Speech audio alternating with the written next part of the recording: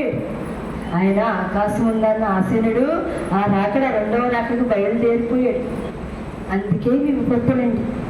ప్రచండ అగ్నితో కాల్చేయబోతున్నాడు. ఈరోజు నోవాహు కుటుంబం లేక నా కుటుంబం ఉంటే కనుక ప్రచండ అగ్నితోనే మనం కాపాడుకుంటాడు.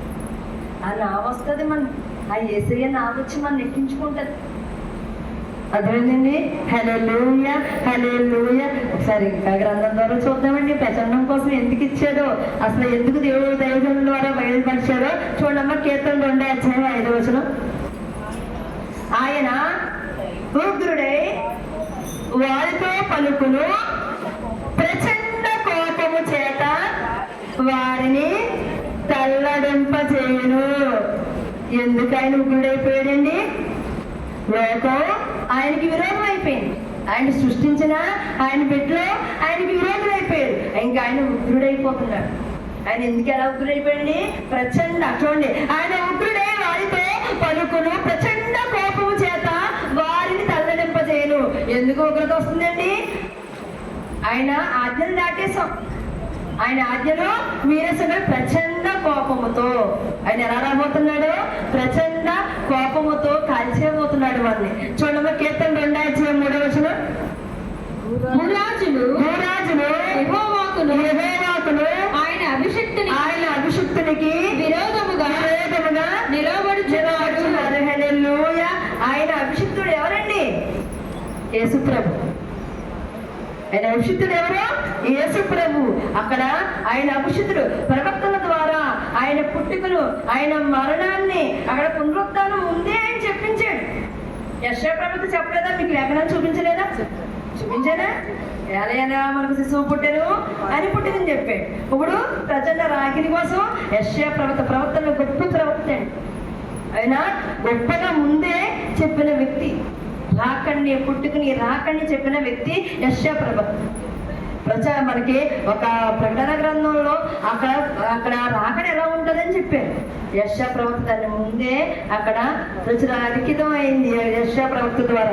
అంటే ఆ ప్రవక్తల ద్వారా జరగబోయే విషయాలు ముందే చెప్పించాడు. ప్రవక్తలు ఎందుకు నిలబెట్టుకుంటాడండి? అలా జరగబోయే విషయాల్ని ముందే అక్కడ ఉగ్రతకి బలైపోతారు, మనం బలైపోతాము అని యెషయా ప్రవక్త చెప్పాడు. విషయం గుర్తుపెట్టుకోండి. చూడమ్మ, యెషయా 13:9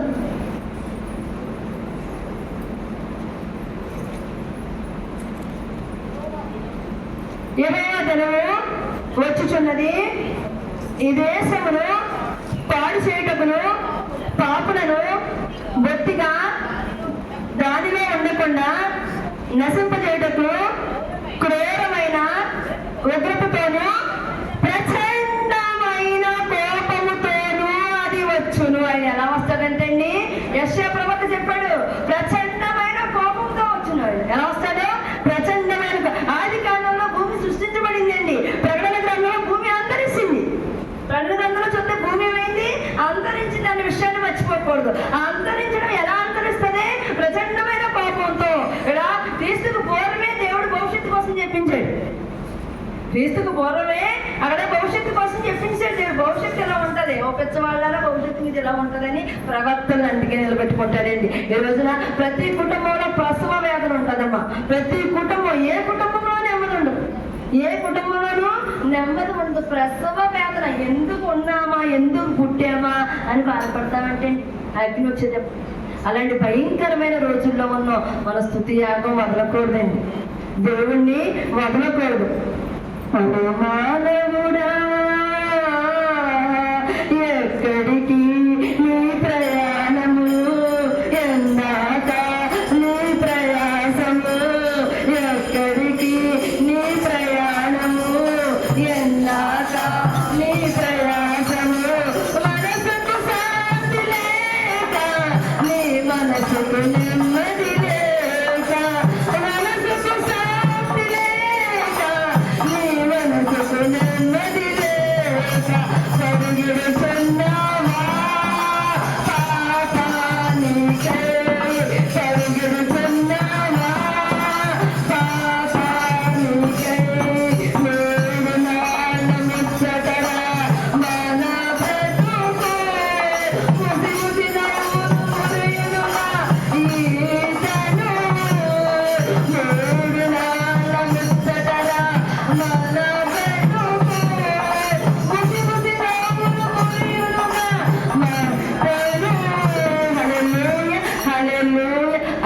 యెషయా ప్రవక్త ద్వారా ఇంకా ఎక్కడ ఒకసారి దేవుడు చెప్పాడు ఈ ప్రచండం కోసం ఒకసారి చూద్దామండి. యెషయా గ్రంథం 28వ అధ్యాయం 2వ వచనం. ఎవరు నిద్రపోవద్దండి, ఈ అగ్ని ఏంటో రెండవ రాకడ ఎంత భయంకరంగా ఉంటుందో ఈ ప్రసంగం జరుగుతుందమ్మా. దయచేసి అందరూ వినాలి, ఎవరు నిద్రపోకూడదు. ఆలకించుడి పరాక్రమములు గలవాడొకడు ప్రభువుకు ఉన్నాడు. ప్రచండమైన వడగండ్లను ప్రచండమైన జలముల ప్రవాహమును ప్రచండమైన వరదయు కొట్టువేయినట్లు ఆయన తన బలము చేత పడద్రోయువాడు. హల్లెలూయా. క్రీస్తుకు పూర్వం యెషయా ప్రవక్త చెప్పాడు, అదే మన గురువు గారి ద్వారా దేవుడు బయటపరిచాడు. అదేంటండి గ్రంథంలో ఉందండి. ప్రచండ అక్కడ పరాక్రములు గలవాడు ఒకడు ఉన్నాడు. వాడు ఎవరైనా అదే తత్వంలో ఏకత్వం, అదేనా అలా యెరూషలేము ప్రకారాలు పడిపోయినాయండి. నెహెమ్యా అనే ఒకడు వచ్చాడు. ఎవరొచ్చాడు ప్రాకారాలు కట్టడానికి? నెహెమ్యా అని వచ్చాడు. నెహెమ్యా తర్వాత 400 సంవత్సరాలకి యేసు ప్రభు వచ్చాడు. నెహెమ్యా తర్వాత ఎన్ని సంవత్సరాలకు వచ్చాడు యేసు ప్రభు? 400. ఒకడు ఉన్నాడు, ఆయన వామ పశువులాగా బలైపోతాడు. నో టైంలో ఆయన పుట్టాడా? పుట్టలేదు. నో టైంలో ఆయన ఉన్నాడండి? ఉండలేదు. కానీ అక్కడ పరిశుద్ధ, అక్కడ దేవుడు నోను కాపాడినాడు. ఈరోజు వామ పశువులా బలైపోయి పరిశుద్ధ అక్కడ శక్తినిచ్చాడు. ఏలియా టైం, ఎలీషా టైంలో ఒకటి రెండంతల ఆత్మబలం ఉంది. ఇప్పుడు 100 ఆత్మబలంతో మనం ఉన్నాం.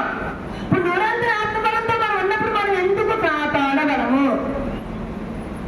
ఒక్కొక్క 200 ఆత్మబలం ఉన్నప్పుడే అక్కడ వాళ్ళు కాపాడబడినప్పుడు మనం ఈ ప్రచండ అగ్ని దినాల్లో, ఈ 2వ రాకడ విపత్తుల్లో ఎందుకు కాపాడబడము? కాపాడతాడు కదండి. ఆయన కాపాడే దేవుడు కదా, కాల్చే దేవుడు కాదు కదా. కానీ ఆయన కాల్చకుండా ఉండాలంటే మనం ఏం చేయాలండి? ఏం చేయాలి? స్తుతియాగం చేయాలి. ఇందాక పాడింది కదా, పరిశుద్ధాత్ముడా దిగిరమ్మని, పరమ పరిశుద్ధ ఆత్మదేవుడా దిగిరమ్ము, మాపై దిగిరమ్ము, మా పరమ పరిశుద్ధ ఆత్మదేవుడా దిగిరమ్ము, మాపై దిగిరమ్ము. జయ జయ జయ జయ ఆత్మదేవుడా, జయ జయ జయ జయ ఆత్మదేవుడా దిగిరమ్ము, మాపై దిగిరమ్ము, దిగిరమ్ము, మాపై దిగిరమ్ము. జయ జయ జయ జయ ఆత్మదేవుడా, జయ జయ జయ జయ ఆత్మదేవుడా. హల్లెలూయా. ఆత్మని అంగీకరించాలి మనం. ఆత్మలే అయ్యా రావయ్యా, అయ్యా నా కుటుంబంలోకి రావయ్యా. నువ్వు లేకపోతే నేను ఈ ప్రచండ అగ్ని దినాల్లో, ఈ రాకడ విపత్తుల్లో నా కుటుంబం రక్షింపబడదు. రావయ్యా, నా వద్దకు రావయ్యా, నా మీదకి రావయ్యా అని అడగాలండి ఆయన. చూడమ్మా యెషయా గ్రంథం 30 అధ్యాయం 30 వచనం. ఫాస్ట్గా, చాలా టైం అయిపోయింది. ఫాస్ట్. యెహోవా తన ప్రభావము గల సర్వమును వినిపించును. ప్రచండమైన కోపముతోను దహించు జ్వాలలతోను పెలపెలయను గాలివాన వడగళ్ళతోను తన బాహువు వాలుట జనులకు చూపించును. అర్థమైందండి? యెహోవా ఎలా వస్తాడండి? ఉగ్రతతో. ప్రచండ అంటే అర్థం ఏంటండి? ఉగ్రత. ఆయన ఎలా వస్తాడండి? ఉగ్రతను చూపిస్తాడు. ఎవరికి చూపిస్తాడు? అంత్యకాలంలో ఎవరైతే వాడు మనసు పొందరో, ఎవరైతే వాడు మనసు, అయ్యా నేను బాప్తిసం పొందేసాను బాబు, నేను నాకు క్షేమం ఉంటుందా? వారు మనసు పొందరు. ఆడపై ఉగ్రత. అయితే ఎలా నాడు దొంగ అప్పటికప్పుడు దేవుడిని తెలుసుకుని పరలోక రాజ్యం చేరుకున్నాం. మరి దేవుడిలో ఉండి ఇంకో దొంగ నరకానికి వెళ్ళాడు. ఈ రోజున మన జీవితం ఎలా ఉంది? ఈ రోజున అప్పటికప్పుడు ఆ ప్రకటన గ్రంథం సెలవిస్తుందండి, అనేక మంది అంచె దినాల్లో దేవుళ్ళలోకి వస్తారు, ఆ రెండవ రకంలో ఎత్తబడతారని. కానీ దేవుళ్ళో 30 ఏళ్ళయ్యి 20 ఏళ్ళయ్యి మనం ఎత్తబడబోతే ఎందుకండి? చెప్పండి. మనం నేర్చుకోవాలా వద్దా? సరిగ్గా ఉండాలా వద్దా? ఈ మంచి కాలంలో మనకి అభిషేకం కావాలమ్మా. అలాగే ఇర్మియా ప్రవక్త కూడా ప్రచండ కోసం చెప్పాడు అని చెప్పాను. కూడా ఎక్కడ ఉందో చూడనమ్మా. ఇర్మియా గ్రంథం 51వ అధ్యాయం 1వ వచనం.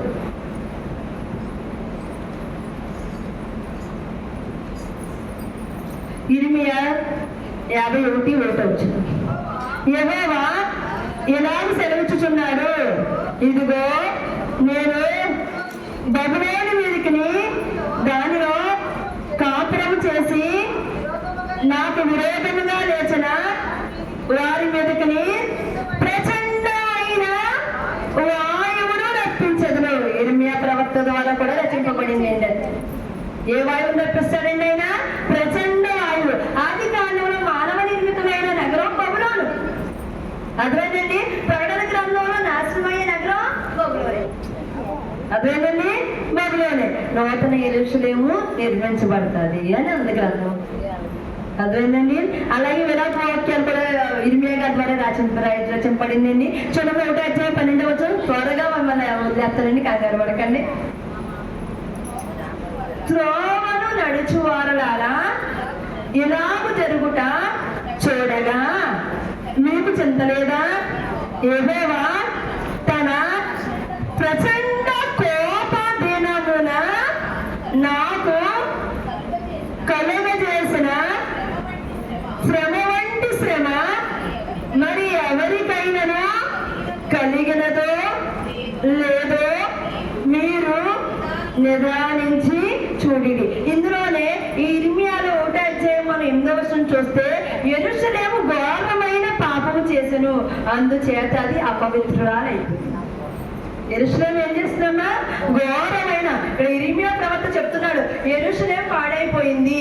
ఎక్కడ చూసినా విలాపాలే, ఎక్కడ చూసినా విలాపాలే, ఉగ్రత, ప్రచండ కోపం. అదే శ్రమల కాలం అండి, అదే శ్రమల కాలం అని ఇర్మియా ప్రవక్త ద్వారా అక్కడ లిఖింపబడింది. అక్కడ దుర్దినములు రాకముందే, సర్వం కోల్పోకముందే, అన్నత్వం కమ్మకముందే, ఉగ్రత దిగి రాకముందే, సంధించు రక్షకుని అనుకూల సమయాన చేర్చుకో యేసుని, ఆలస్యం చేయక భరించు రక్షకుని అనుకూల సమయాన చేర్చుకో యేసుని, ఆలస్యం చేయక. హల్లెలూయా. ఇర్మియా ప్రవక్త ద్వారా అర్థమైందండి. యెషయా ప్రవక్త చెప్పాడు, మోషే ప్రవక్త చెప్పాడు, ఇర్మియా ప్రవక్త చెప్పాడు. అలాగే అపోస్తలుడైన యోధా కూడా చెప్పాడండి. చూద్దామన్నా. యోధా 1వ అధ్యాయం 13వ వచనం. తమ అవమానములు నురుగు వెళ్ళగొక్కువారే సముద్రం యొక్క ప్రచండమైన అలలుగాను మార్గము తప్పి తిరుగు చుక్కలుగాను ఉన్నారు. వారి కొరకు గాఢాంధకారము నిరంతరము భద్రము చేయబడి ఉన్నది. ఇక్కడ గ్రంథం ఏం సెలవుస్తుందండి? అపోస్తలుడైన యోధా ద్వారా అది ఇక్కడ గ్రంథం ఏంటంటే రెడీగా ఉంది. ఇక్కడ ఏం రెడీగా ఉందండి? గాఢాంధకారం. ఏం రెడీగా ఉందండి? గాఢాంధకారం. అయితే గాఢాంధకారం లాగా మనలోకి వెళ్ళకుండా, మనం ఆ గాఢాంధకారంలోకి మనం వెళ్ళకుండా కాపాడబడాలంటే నాడు నోవాహు పడవెక్కినట్లు ఈరోజు మనం ఏ నామములో పడవెక్కాలండి? యేసు నామములో, యేసు అనే పడవెక్కాలండి. ఆయన స్మరణ, యేసు త్యాగం. ప్రచండ అగ్ని అంటే అర్థమైందండి అసలు మీకు? అసలు గ్రంథంలో ఉందా? నాడు జరిగిందా? నాడు నోవాహు దినాల్లో ప్రళయం ఎలా నిజమో అలా రాబోయే దినాల్లో 2వ రాకడ నిజం, విపత్తులు నిజం, ప్రచండ అగ్ని నిజమం. ఎవరో అయ్యి మన అయ్యగారు రాసి అటు ఇటు చోట్ల రాసేసింది కాదండి. దుస్తుమైన వారిని నడిపించేది ఏంటండి? అదృశ్యమైన శక్తి అని చూడాలండి. మనతో ఎవరు ఉండాలండి? యేసు ఉండాలి. మనతో ఎవరు ఉండాలి? యేసు కూడా ఉండవా, అద్భుతం నాకు చేయవా, యేసు కూడా ఉండవా, అద్భుతం నాకు చేయవా, తందాన తమిళ కనరా, తందాన తమిళ కనరా, జయమే జయమే యెహోవాకే జయమే, ఎదురయ్యే సాతానికి జయమే, జయమే జయమే యెహోవాకే జయమే, ఎదురయ్యే సాతానికి జయమే, యేసు కూడా ఉండవా, అద్భుతం నాకు చేయవా, యేసు కూడా ఉండవా, అద్భుతం నాకు చేయవా, తందాన తమిళ కనరా,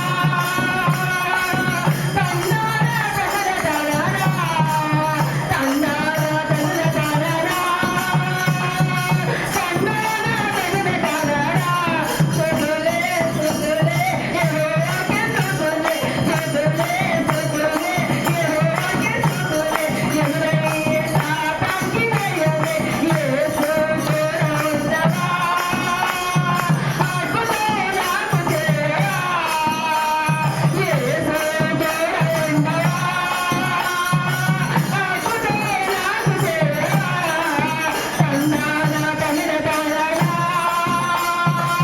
తందాన తమిళ కనరా, స్తోత్రమే స్తోత్రమే యెహోవాకే స్తోత్రమే, స్తోత్రమే స్తోత్రమే యెహోవాకే స్తోత్రమే, ఎదురయ్యే సాతానికి జయమే, ఎదురయ్యే సాతానికి జయమే, యేసు కూడా ఉండవా, అద్భుతం నాకు చేయవా, యేసు కూడా ఉండవా, అద్భుతం నాకు చేయవా, తందాన తమిళ కనరా, తందాన తమిళ కనరా, తందాన తమిళ కనరా, తందాన తమిళ కనరా, హల్లెలూయా. నాన్నగారు ఇంకో బాబు పేరుకి వచ్చిన పాట ఇంకోటి ఇదేనండి. అందులో కానీ నేనే పాడేసి అర్థమైందండి. ఇంకో పాట ఇదే, అర్థమైందా? తందాన తమిళ కనరా, తందాన తమిళ కనరా, మన తాతలో గారు జయము జయము యెహోవాకి జయము కష్టపడిపోతారని నాన్నగారు చక్కదని పాట చేసేసారు. తందాన తమిళ కనరా,